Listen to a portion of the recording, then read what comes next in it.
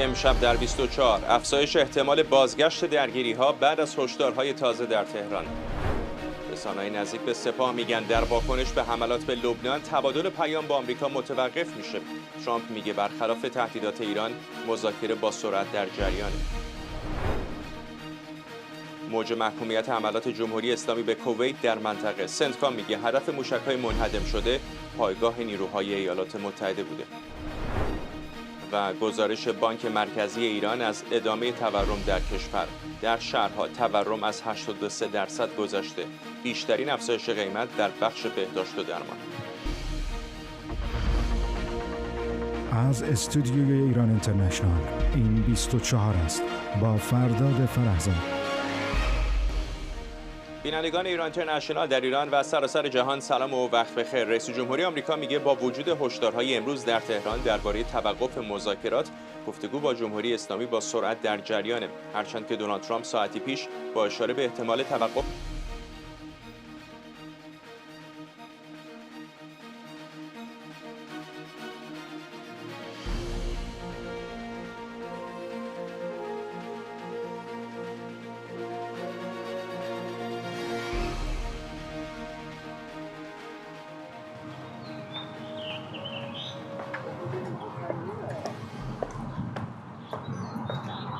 خب به نظر میرسه که همکارم فرداد فرهزاد مشکل فنی داره. در همین ابتدای امر اجازه بدید نگاهی بیاندازیم با آخرین واکنش‌هایی که آقای ترامپ داشته بعد از اخبار متناقضی که روز دوشنبه ما شنیدیم. مهمتر از همه صحبت‌های جمهوری اسلامی است. خبرگزاری تصنیم وابسته به سپاه پاسداران خبر از توقف مذاکرات داده بود، به این خاطر که در جبهه‌های مختلف آتش‌بس برقرار نشده بود و جمهوری اسلامی اصرار داشت که اگر بین او و ایالات متحده آتش‌بسی وجود داره باید با لبنان هم اسرائیل چنین آتش‌بسی رو داشته باشه. آقای در اولین واکنشی که به این اخبار نشان داد آمد گفت که جمهوری اسلامی اطلاع قبلی نداده بوده که چنین تصمیمی رو داره و بعد گفته بود که اگر صادق باشم، این رو به خبرنگار NBC گفته بود اگر صادق باشم ما زیاد داریم با جمهوری اسلامی صحبت میکنیم، چه بهتر که برای یک مدتی، حتی یک مدت طولانی، این مذاکرات بخواد متوقف بشه و صحبتی نباشه و صحبتی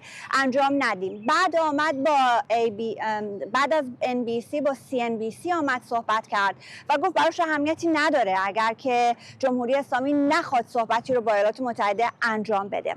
بعد از این و در این اثنا که بین این دوتا گفتگو رو داشت انجام میداد، در شبکه اجتماعی ترو سوشال دو تا مطلب متفاوتی رو منتشر کرد. در وهله اول پرداخت به تنش‌ها بین اسرائیل و حزب الله لبنان و گفت که یک گفتگو بسیار سازنده‌ای رو با بنیامین نتانیاهو داشته. چند ساعت قبل از اون هم رسانه‌های اسرائیلی خبر داده بودند که یک گفتگو تلفنی بین ترامپ نتانیاهو انجام شده. آقای ترامپ گفت یک گفتگو سازنده داشته، هیچ سرباز اسرائیلی وارد بیروت نخواهد شد و اگر سربازی هم الان در راهه که بره به سمت بیروت برخواهد گشت، پس نیروی زمینی اسرائیل به بیروت نخواهد فرستاد و گفت که با نمایندگانی از حزب الله لبنان صحبت‌هایی رو انجام داده و این نمایندگان گفتند که حمله ای رو حزب الله لبنان به اسرائیل انجام نخواهد داد، اسرائیل هم به همین ترتیب حمله رو انجام نخواهد داد و به نظر میرسه که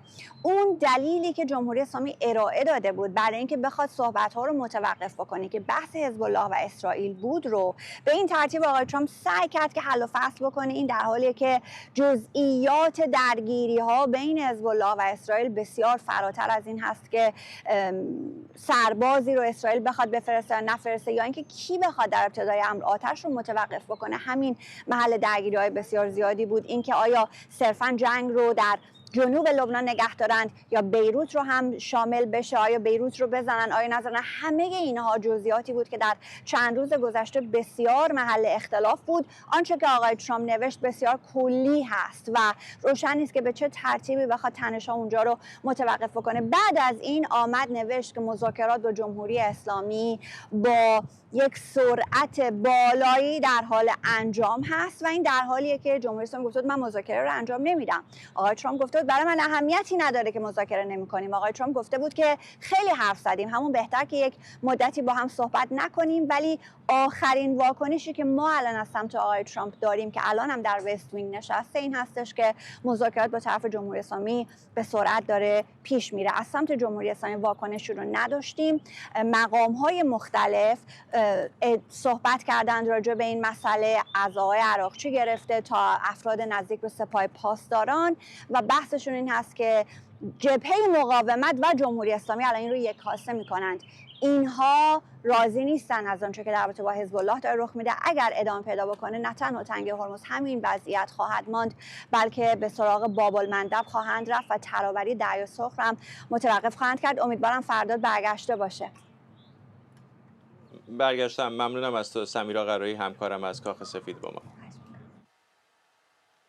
علیرضا نامور حقیقی، تحلیلگر سیاسی هم از تورنتو، به ما پیوسته. آقای نامور حقیقی، آیا این پیام‌هایی که داریم میشنویم به خصوص از جانب تهران به معنی پایان چانه‌زنی‌های دیپلماتیکه؟ با سلام خدمت شما و بینندگان و شنوندگان تلویزیون ایران اینترنشنال. نه، به نظر نمیرسه که مذاکرات پایان یافته. ایران نمیخواد پایان دهنده دیپلماسی باشه، اما با چالش‌های جدی روبروست. سطح محاصره دریایی اثرات بسیار مخربی در اقتصاد و امنیت کشور گذاشته، به خصوص در حوزه سلامت، و از همه مهمتر این است که اصولگرایان یا گروه‌های درونی بلوک قدرت معتقدند این وضعیت به نفع آقای ترامپ.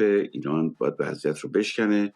حالا مسئله لبنان هم که مشخص بود اسرائیل با توجه به شرط صلح در همه ساحات که ایران مطرح کرده مایل بود با این اقدامی که دیروز کرد از خط لیتانی رد شد یا حتی تهدید کرد به جنوب بیروت حمله میکنه، عملاً مایل نیست که مذاکرات به تفاهم و یه توافقی انجام برسه و در نتیجه این همین وضعیت رو ایجاد کرد. پیشنهادهای زیادی شده که ایران باید این محاصره رو بشکنه. بنابراین اگر نتونن به یک تفاهمی برسن برای اینی که مذاکرات از سر بگیرن، من فکر میکنم 3 کار رو ممکنه افزایش بدن. یکی این که تنگه هرمز رو شدیدتر از قبل ببندن. در حال حاضر به نظر میرسه طی مذاکراتی تنگه هرمز بر روی کشتی‌ها بیشتر باز شده، تعداد کشتی‌هایی که روزانه عبور میکنن افزایش پیدا کرده. در مورد باب المندب که هنوز معلوم نیست که آیا حوثی‌های یمن آمادن که این کارو بکنن یا نه.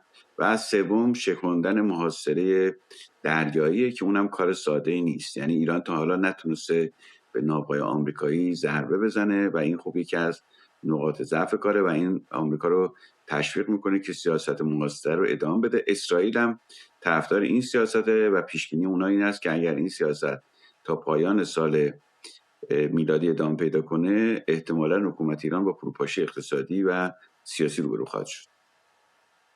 یک نکته‌ای که طرف ایرانی داره الان روش خیلی تاکید میکنه اینه که درخواست‌های آقای ترامپ دائم تغییر میکنه. به گفته اونها زیاده خواهی‌هاشون داره بیشتر میشه و همین هم به نظر اونها رو کلافه کرده، طبیعتاً در کنار موضوع لبنان. آیا فکر میکنید احتمالش وجود داره که آقای ترامپ اتفاقاً داره طرف ایرانی رو بازی میده تا فشار این محاصره دریایی بیشتر بر تهران احساس بشه؟ بله، احتمال داره که آقای ترامپ میخواد که از هم کارت محاصره داره استفاده میکنه، هم از کارت لبنان. کارت لبنان الان یک وزنه جدیدی است علیه ایران و آقای ترامپ یعنی 2 کارت قوی تر پیدا کرده تا چند ماه پیش که فرض کن تنگه هرمز در دست ایران بود. بنابراین داره وادار میکنه که ایران رو 2 شرط رو بپذیره که یکیش مسئله غنیسازی رو بنویسن تو اون تفاهم نامه که به چه کاری انجام خواهد داد. دوم اینه که تعهد کنن که نه تنها بمب نمیسازن، بمب هم نخرن که خودشون تاکید کردن. سوم در مورد اون مسائل مالیه که حتی قطر قبول کرده بود پول ایران رو آزاد نکنن، یعنی به قول معروف یه مقدار پول به ایران بدن و اون در حقیقت بعد از تفاهم اون پول ایران برگردونه. این رو هم آقای ترامپ قبول نکرده و این همین قفل مذاکراتی است و این از این حال این کار فشار هم میاره تو ساختار قدرت ایران، چون بلوک قدرت ایران مشخصه که انشقاق پیدا کرده در مورد نحوه تعامل با ترامپ برن به سمت یک درگیری یا اینی که بالاخره دیپلماسی رو ادامه بدن.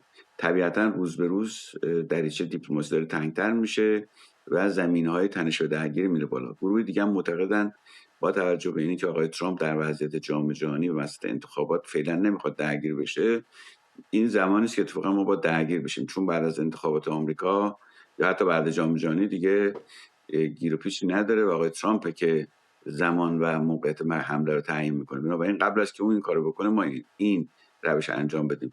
اینا حالا دارن بحث میکنن و واقعا مشخص نیست که کدوم جناح برنده بشه، ولی جناح‌های مخالف دولت که 5-6 تا ترکیبی از تیم آقای احمدی نژاد، جبهه پایداری، تیم هواداران آقای رئیسی به سرکردگی میثم مقداد نیلی و مصاف و یه بخشی از جریانات سپاه، اینا مخالف هر نوع مذاکره‌اند، مخالف هر نوع توافقن و معتقدن فقط در یک درگیری و به عقب راندن نظامی آمریکا اسرائیل که جمهوری اسلامی میتونه تداوم پیدا کنه و معتقدن ایران به لحاظ سخت افزاری حداقل 6 ماه و به لحاظ نرم افزاری یعنی مسئله محاصره اقتصادی با 2 سال مقاومت کنه و این چیزیست که آقای ترامپ و اسرائیل رو به عقب میرونه و غیر از این هر نوع توافق و هر نوع سازش موقته و دوباره اونها در موقعی حمله میکنن که دیگه اون کسانی هم که حاضر بودن دفاع کنن دیگه اون موقعیت رو نخواهند داشت.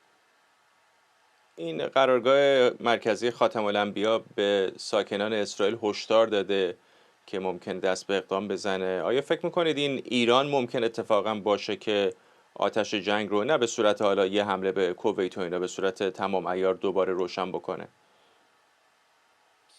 خب در مورد من فکر میکنم مستقیما نه. حالا اگر مسئله حمله به بیروت بود ممکنه این کار بکنن، ولی ممکنه برن به سمت باز کردن محاصره، یک درگیری‌های کوچکی با نیروی آمریکا ایجاد کنن برای که محاصره رو بشکنن.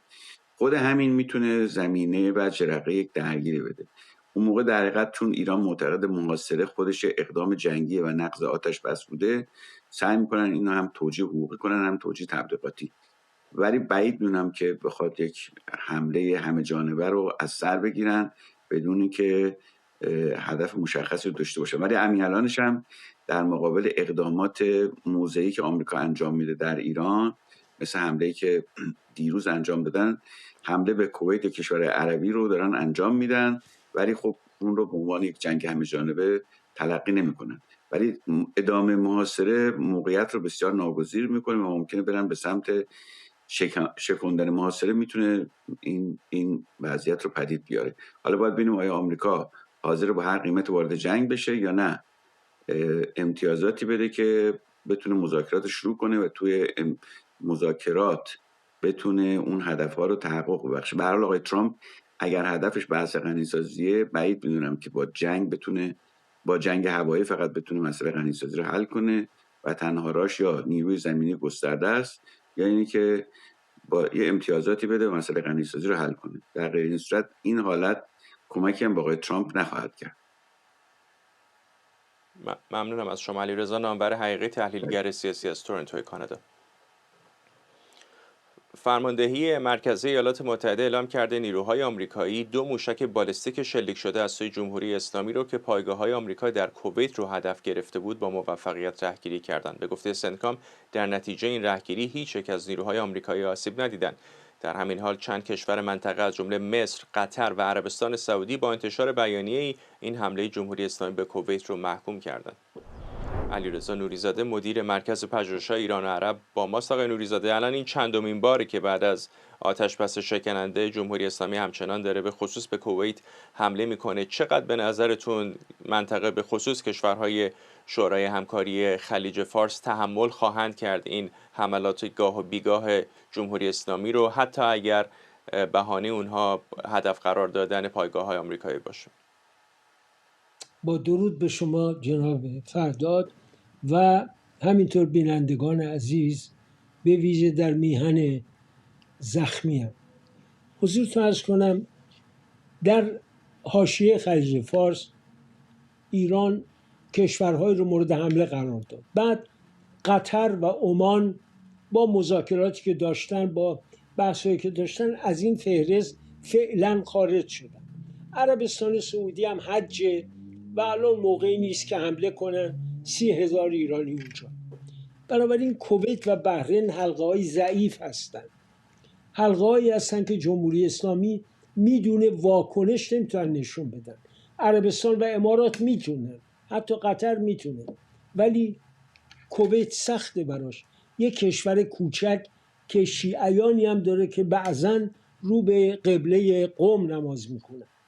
به این ترتیب میخوام بگم خیلی راحت سیری رو به اونجا میزنن. اما من در واقع دلم میخواست اگه فرصتی هست در رابطه با لبنان و حزب الله نکاتی هست که حتما یادآور بشه. بفرمایید. بله، ببینید، برای اولین بار یک مسئول عالی رتبه که میگویند در دفتر مجتبی خامنه‌ای مقام مشاوره عالی رو داره، محمد مخبر، فردی که از جانب پدرش بهش قول داده شده بود بعد از رئیسی رئیس جمهور خواهد شد، او به دفتر حزب الله در ایران میره و با عبدالله صفی‌الدین ملاقات میکنه. این ملاقات خیلی مهمه. آقای صمدی کاردار ایران، چون لبنان سفیر ایران رو به رسمیت نمیشناسه، 4 خرداد رفت با نبی بری ملاقات کرد و در اونجا تاکید شد که اسرائیل حملاتش رو متوقف میکنه اگر حزب الله هم اعلام رسمی بکنه. خب اسرائیل ادامه داد. نبی بری هم به دفعات گفت که ما آماده ایم تضمین کنیم که حزب الله آتشبس رو میپذیره، اما کی اسرائیل رو تضمین خواهد کرد؟ آنچه امروز آقای ترامپ گفت بعد از گفتگوهاش با نتانیاهو به اعتقاد من اصلا ربطی به حقیقت نداشت. اسرائیل قصد ورود زمینی به جنوب بیروت رو نداشت، به زاهیه منطقه است بین فرودگاه و شهر که اتفاقا شگفتی آور این زاهیه قبل از انقلاب ایران با پولی که ایران کمک کرده بود برای اسکان بعضی از شیعیان اونجا درست شد و حالا شد مقر حزب الله. وقتی اسرائیل حمله به زاهیه میکنه تمام لبنان مختل میشه، برای اینکه آمد و رفت هوایی دچار اختلال میشه. اینه که دولت لبنان خیلی نگران این بود که اسرائیل با ادامه حملاتش به زاهیه و نه فقط جنوب لبنان اخلال در نظام رفت و آمد لبنان ایجاد کنن، امنیت رو در سطح بیروت مختل بکنن. این شد که الان ما شاهد بودیم آقای ترامپ اومد و این حرف رو زد که حرفش معنا نداره، چون اصلا اسرائیل در صدد ورود زمینی به زاهیه بیروت نبود.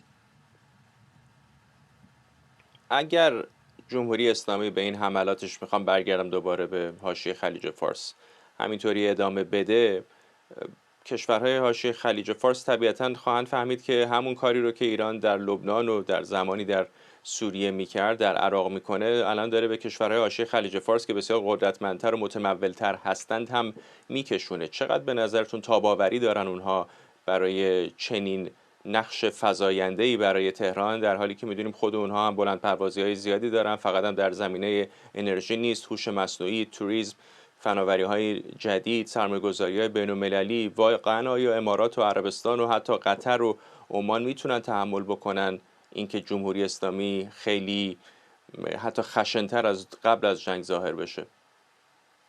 یه جنتلمن اگریمنت، حالا اگه بشه اسم جمهوری اسلامی جنتلمن گذار، بین ایران و عربستان بوده که در دوران حج ایران تهدید نکنه و خطری رو متوجه متحدان عربستان انجام نده، ولی این کارو کرد. خوشبختانه موشکاشو ردگیری کردن و جلوش خنثیش کرد. اگر جمهوری اسلامی بخواد ابعاد این عملیات رو گسترش بده، امارات و عربستان هر دو در حملات به بنادر ایران و جزایر نقش داشتن، چند حمله موفقیت آمیز کرد و اگر الان هم فشار بر اونها زیاد بشه در برابر ملت‌های خودشون چاره‌ای ندارن جز واکنش. الان هم اسرائیل در امارات گنبد آهنین درست کرده و بسیار کمک کرده به امارات در تقویت بنیه دفاعیشون و بنیه هجومیشون که البته با امریکا، با اون تسلیحاتی که از امریکا خریدن، بسیار قوی. من اعتقاد دارم اگر جمهوری اسلامی این ماجراجویی رو ادامه بده و بخواد تعرض بکنه به امارات و به عربستان سعودی، واکنش‌ها تند خواهد بود. آقای ترامپ فعلا مثل این که از جنگ بی‌حوصله شده و هر جوری است میخواد سرتای قضیه رو به هم بیاره، بعدم به ملت آمریکا بگه من بردم. خب اون میتونه هر کاری دلش میخواد بکنه.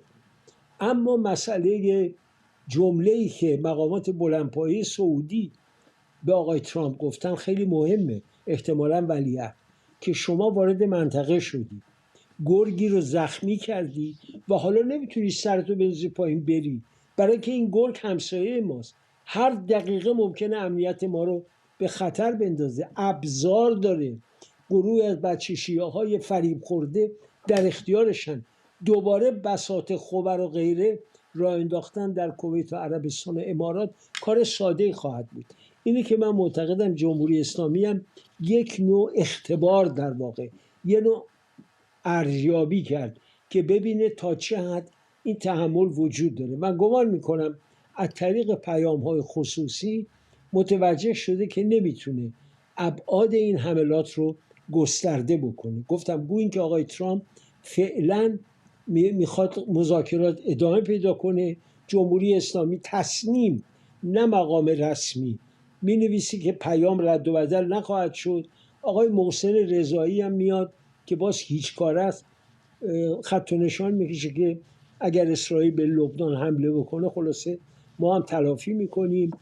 یکی دیگه میاد میگه دیوار شکسته خواهد شد، شمال اسرائیل مورد حمله قرار خواهد گرفت. اما اینا جرأت حمله به اسرائیل ندارن و حالا زشت من این مثال رو بزنم و واقعا زشته که دستت چون نمی‌رسد به بیبی، چون اسرائیل رو نمیتونن بزنن، آمریکا رو نمیتونن بزنن، سراغ بحرین میرن، آب شیرین کنه بحرین میزنن، یا میرن در امارات که یه موشک وقتی به دبی میخوره زندگی مختل میشه. 1 میلیون نفر رفتن بیرون و کافیست یه موشک مثلا بخوره به برج خلیفه، ببینید چه اتفاقی خواهد افتاد.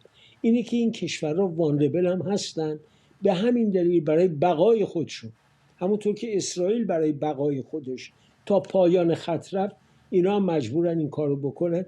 فکر نمی‌کنم جمهوری اسلامی مرتکب این خطای بزرگ استراتژیک بشه. ممنونم از شما. علیرضا نوری‌زاده، مدیر مرکز پژوهش‌های ایران و عرب از لندن با ما.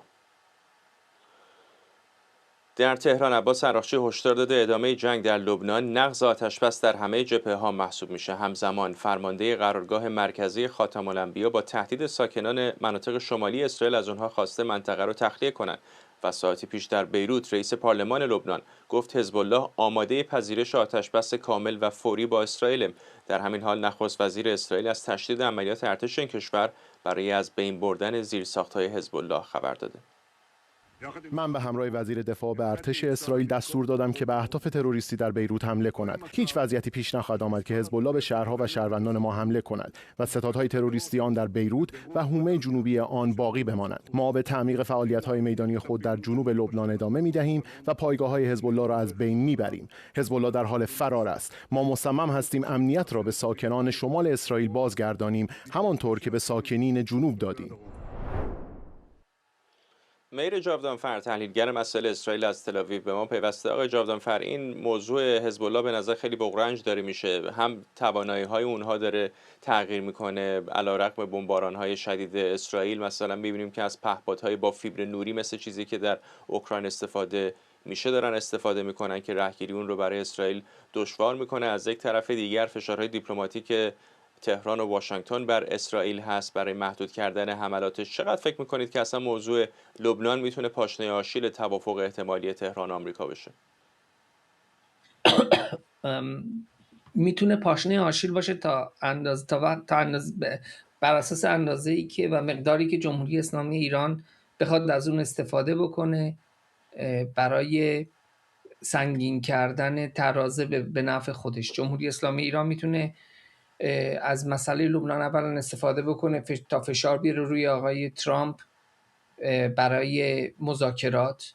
از یک اهرم فشار میشه استفاده کرد، همونطور که الان میبینیم آقای ترامپ هم داره واقعا جواب میده. ما دیدیم که در به نظر میاد که یکی از بزرگترین دلایلی که آقای ترامپ امروز گفت به اسرائیل که به ضحیه حمله نکنن به خاطر مسئله مذاکره با ایران بود، چون آقای ترامپ نمیخواد که مذاکرات الان اختلال بینشون واقعا متوقف بشن و مشکلاتی به وجود بیاد و برای همین میخواد بهانه نده به جمهوری اسلامی ایران. پس بنابراین از اسرائیل تقاضا کرده، یا میشه گفت دستور داده به اسرائیل که به این حومه بیروت به ضحیه حمله نکنه و برای اسرائیل واقعا مسئله دشواری هستش. از یک نظر الان اسرائیل ما در جنگ هستیم با لبنان، در هنوز غزه تموم نشده، کی هم حماس خلع سلاح نشده. اتفاقا بر اساس گزارش‌هایی که ما الان در اسرائیل می‌بینیم در مطبوعات، الان حماس داره برمیگرده به همون قدرتی که داشت روز 6 اکتبر، روز قبلی که به اسرائیل حمله کرد. و واقعا مسئله حزب الله مسئله چالش جدیدی هستش برای آقای نتانیاهو، برای هر دولت اسرائیلی.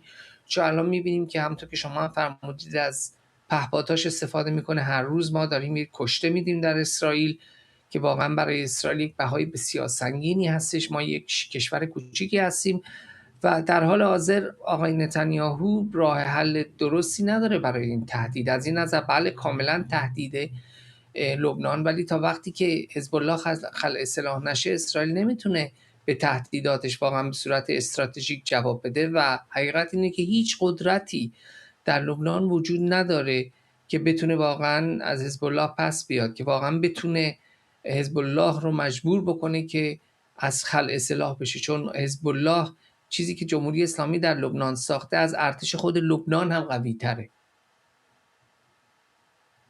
اگر بحران با حزب الله ادامه پیدا بکنه و حتی احیانا تهران و واشنگتن توافق امضا بکنن، الان زمزمه هایی هستش که ممکنه آقای نتانیاهو از ادامه نقش نخست وزیری کنار بره، در انتخابات شرکت نکنه. چقدر این رو محتمل میبینید که پایان عمر سیاسی آقای نتانیاهو اتفاقا گره خورده باشه به همین بحران ایران؟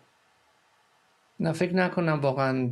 ببینید میتونه تا حدی تاثیرگذار باشه. البته من فکر نکنم که آقای نتانیاهو بخواد کناره گیری بکنه. به نظر من آقای نتانیاهو در دور بعدی هم شرکت خواهد کرد.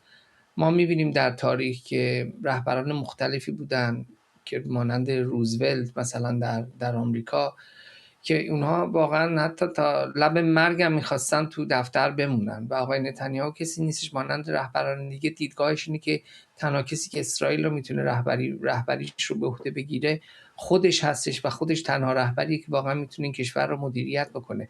من انتظار ندارم که واقعا آقای نتانیاهو کناره گیری بکنه، ولی میتونه مسئله ایران تاثیرگذار باشه روی انتخابات، روی کارزار انتخاباتی آقای نتانیاهو. ولی حقیقتشو به شما بگم، ببینید مسئله ایران مسئله آقای نتانیاهو نیستش. آقای نتانیاهو فردا هم اگه بخواد مثلا استعفا بده یا فردا بگه بازنشسته میخوام بشم و یک دولت دیگه بیاد، حتی دولت چپ در اسرائیل بیاد، دیدگاه اسرائیل در مورد لبنان، در مورد حزب الله عوض نخواهد شد.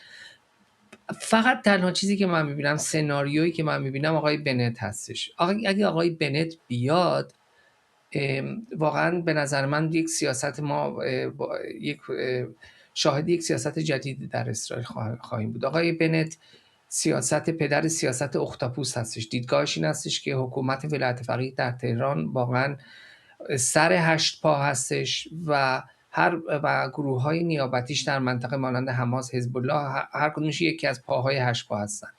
آقای بنت دیدگاهش این هستش که هر دفعه مثلا حزب الله به اسرائیل حمله بکنه یا حماس حمله بکنه یا یکی از گروه‌های نیابتی دیگه به اسرائیل حمله بکنه، اسرائیل بسی جواب رو مستقیما به حکومت ولایت فقیه در تهران بده با حملات مخفی که حملاتی که نسبت داده شده به اسرائیل در مطبوعات، حالا از سازمان‌های مختلف جاسوسی اسرائیل یا مثلا از نیروی هوایی اسرائیل یا اینکه جنگ‌های آینده. اگه آقای بنت بیاد به نظر من تمرکز کمتر کاهش خواهد یافت روی حملات حزب الله و بیشتر افزایش خواهد یافت روی حملات مستقیم در قلمرو ایران و علیه اهداف متعلق به گروه‌های نظامی و سیاسی و اطلاعاتی حکومت ولایت فقیه در ایران، و این اتفاقا میتونه جنگ اسرائیل و ایران رو تشدید بکنه. ولی خیلی در اسرائیل به این نتیجه رسیدن که راه دیگری نمونده. مسئله دیگه هم که چیزی در اسرائیل واقعا مهم هستش این هستش که مسئله برای مردم اسرائیل هم این مسئله واقعا یک مسئله بسیار بحرانی شده، با وجود اینکه در اسرائیل واقعا نارضایتی از آقای نتانیاهو در سالهای اخیر به شدت افزایش پیدا کرده. یکی از مسائلی که در اسرائیل واقعا الان واقعا در اسرائیل شکاف‌های بسیار بزرگ و بی‌نظیری در جامعه اسرائیل و در سیاست اسرائیل وجود داره و یکی از تک مسائلی که ما شاهدش هستیم که در اون انسجام وجود داره در داخل اسرائیل تهدیدهای حکومت ولایت فقیه در تهران هستش که میخواد به صورت مستقیم از خاک خودش حکومت ادامه بده، هم از گروه‌های نیابتیش، و اتفاقا بعد از این جنگ شاید بخواد واقعا این تهدیدها رو علیه اسرائیل افزایش بده، به خصوص اگر اینکه آمریکا بیاد تحریمات علیه حکومت رو کاهش بده و اقتصاد ایران رونق پیدا بکنه. ما دیدیم قبلا هم که چی شد بعد از برجام، به جای اینکه بیان تمرکز بکنن از حذف تحریمات برای تقویت اقتصاد ایران، اومدن گروه‌های نیابتیشون رو تقویت کردن که اون تموم شد به جنگ 12 روزه و جنگ امروز. ممنونم از شما. مهر جاودانفر، تحلیلگر مسائل اسرائیل از تل‌آویو.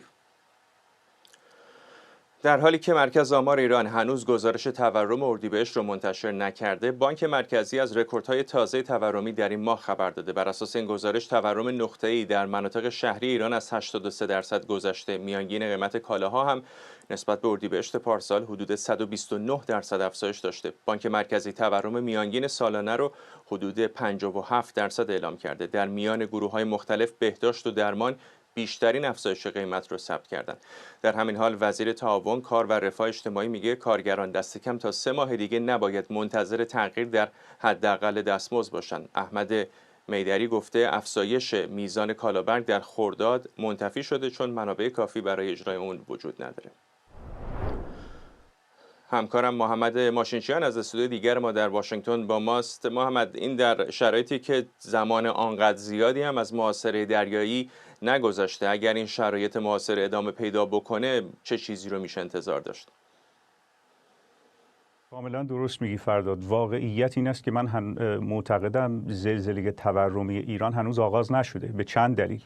یه دلیلش کاهش تقاضا و منجمد شدن بازارها در طول جنگ و ما دیدیم دیگه در طول اون مدت تقاضا کاهش پیدا کرد، خیلی ها شغلشون رو از دست دادن، درآمدشون کم بود، با وجود افزایش قیمت ها کمتر خرید میکردن، اقتصادی تر تلاش میکردن زندگی کنن. حالا اگه برای خیلی از هموطنان ما دیگه از این اقتصادی تر واقعا امکان پذیر نیست، ولی به هر حال در نتیجه همه اینها تازه اون رشد تورمی کاهش پیدا کرده. به قول شما الان که این محاصره دریایی ادامه داره و محاصره دریایی داخل پرانتز عرض میکنم کاری رو که تحریم ها در طول 20 سال نمیتونست انجام بده، این ظرف یه مدت زمان به مراتب کوتاه‌تری میتونه واقعا انجام بده و میتونه جلوی فروش صادرات نفت و فرآورده‌های پتروشیمی و نظایر اینها رو بگیره و این خودش باعث میشه که درآمدهای ارزی کاهش پیدا کنه. میدونیم که همین الان ذخایر ارزی کشور در پایین‌ترین سطح رسیده و با ادامه این محاصره دریایی تردید وجود نداره که اون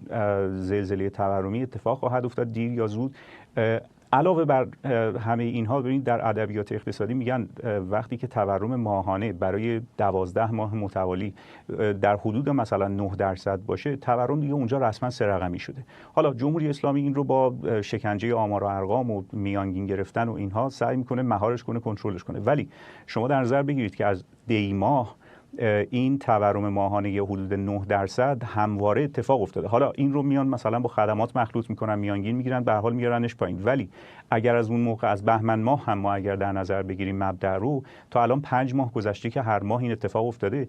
7 ماه دیگه مونده تا اینی که تورم رسما 3 رقمی بشه. یعنی تا قبل از پایان امسال اون تورم 3 رقمی که ما نگرانش بودیم قطعا اتفاق خواهد افتاد. حالا چرا میدونیم قطعا؟ به خاطر اینکه وقتی به سیاست‌های دولت نگاه میکنیم، هیچ ابزاری، اهرمی، سیاستی برای مهار کنترل کاهش تورم در کار، در برنامه نیست.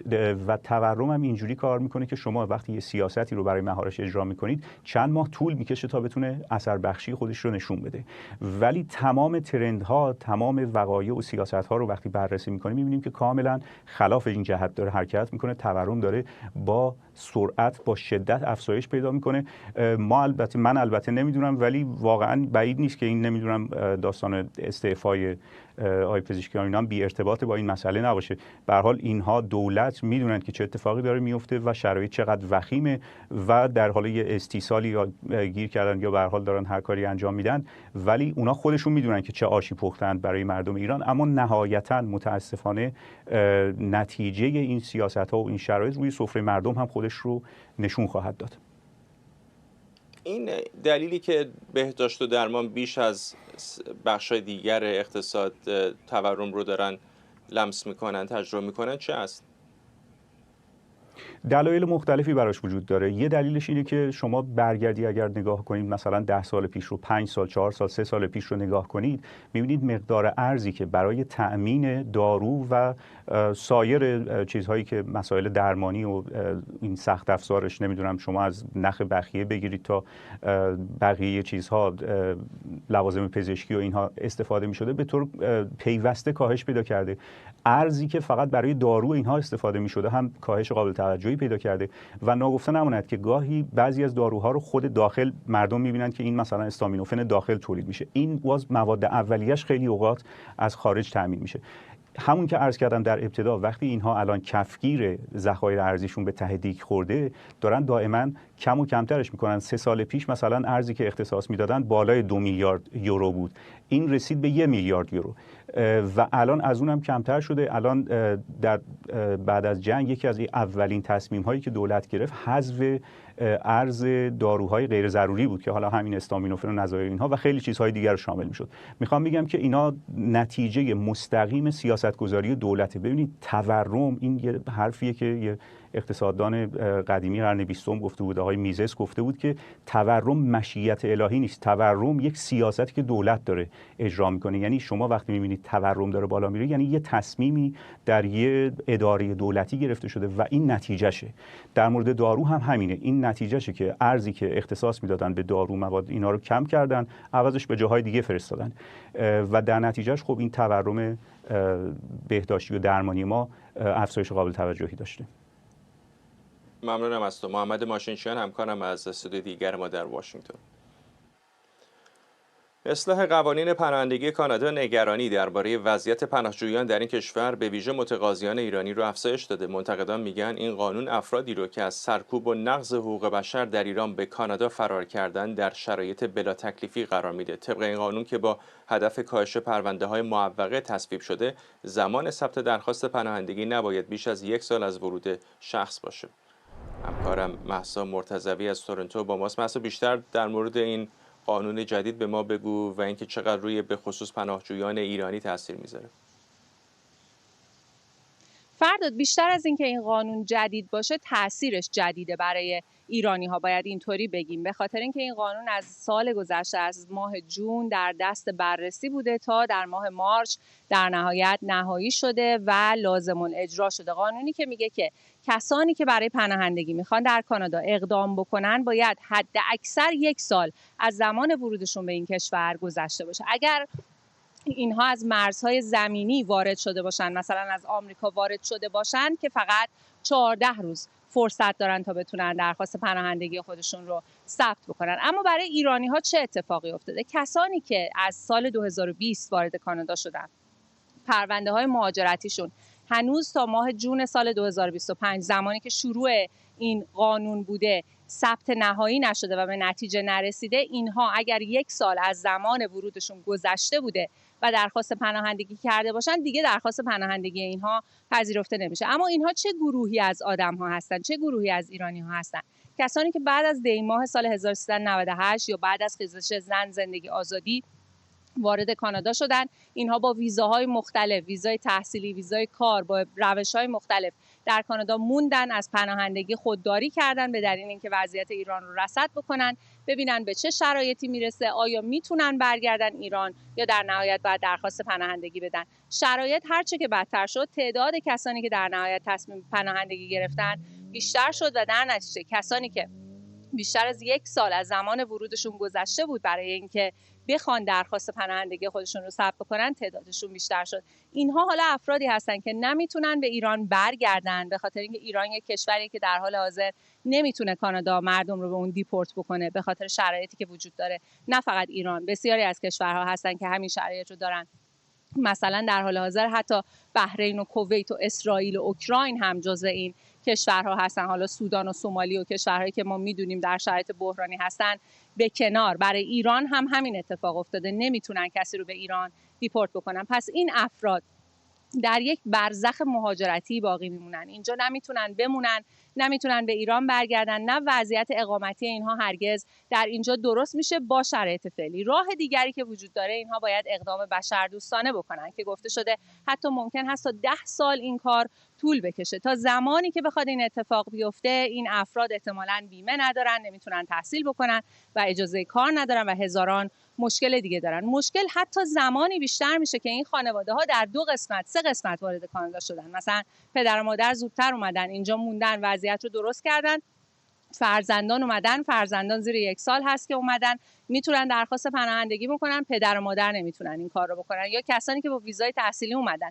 بسیاری از دانشجوهایی که همین حالا اینجا هستن همین مشکل رو دارن. کسانی که در تجمعات شرکت کردن، در همین انقلاب اخیر حتی در تجمعات شرکت کردن، نمیتونن اینجا بمونن. 1 سال بیشتر گذشته، نمیتونن پناهندگی بگیرن، نمیتونن برگردن ایران و اینها تمام مشکلاتی هستش که برای ایرانی ها به وجود اومده. اما رسانه CBC کانادا اومده در یک مقاله‌ای چندین مثال از این موارد رو مطرح کرده. در واقع کاری که داره این رسانه میکنه این هستش که میگه که درسته که این قانون برای اصلاح روند مهاجرپذیری در کانادا به وجود اومده و داره تلاش میکنه که باری که روی این سیستم هست رو سبک بکنه، اما بسیاری در این وسط مشکلات بشری براشون پیش میاد. یعنی باید از یک نگاه بشردوستانه هم به این موضوع نگاه کرد و دید که چه شرایطی برای خانواده هایی که حالا در این شرایط مشابه هستن به وجود اومده. نه فقط برای ایرانی ها، باز هم تاکید میکنم کشورهای دیگری هم هستن که در شرایط جنگی هستن، اوکراین، اسرائیل، اینها تمام کشورهایی هستن که الان ممکن هستش که نخوان برگردن. حتی قطر مثلا ممکن هست الان شهروندانش نخوان برگردن، نتونن برگردن به کشور خودشون و از این اتفاق دارن مشکلات زیادی رو تجربه میکنن. مدتی پیش با تعدادی از دانشجوهای ایرانی در این مورد هم صحبت میکردم که در تجمعات شرکت کرده بودن. بسیاری نگرانیشون این بود که حالا با توجه به فشارهای مالی که به خانواده هاشون اومده، اینها نمیتونن حتی هزینه های تحصیلشون رو اینجا فراهم بکنن. از بانک های قضا دارن برای معیشت خودشون استفاده میکنن، برای روزمرگی خودشون استفاده میکنن و اونها هم در شرایط مشابهی هستن. با توجه به اینکه دولت استانی توانایی این رو داره که به اینها کمک بکنه، هزینه های تحصیل اونها رو پایین بیاره یا براشون مثلا این امکان رو قائل بشه که حتی امتحانشون رو بخوان دیرتر بدن، اما هنوز چنین اتفاقی نیفتاده و اینها هم جزء دسته از پناهجویان و مهاجران هستن که ایرانی هستن در این موضوع گرفتار شدن. اما قانون 3012 میشه گفت برای راضی نگه داشتن آمریکا هم بوده که حالا به نظر میاد از همه طرف شکست خورده. ممنونم از تو مهسا مرتضوی از تورنتو و ممنونم از شما که بیننده برنامه 24 امشب بودید.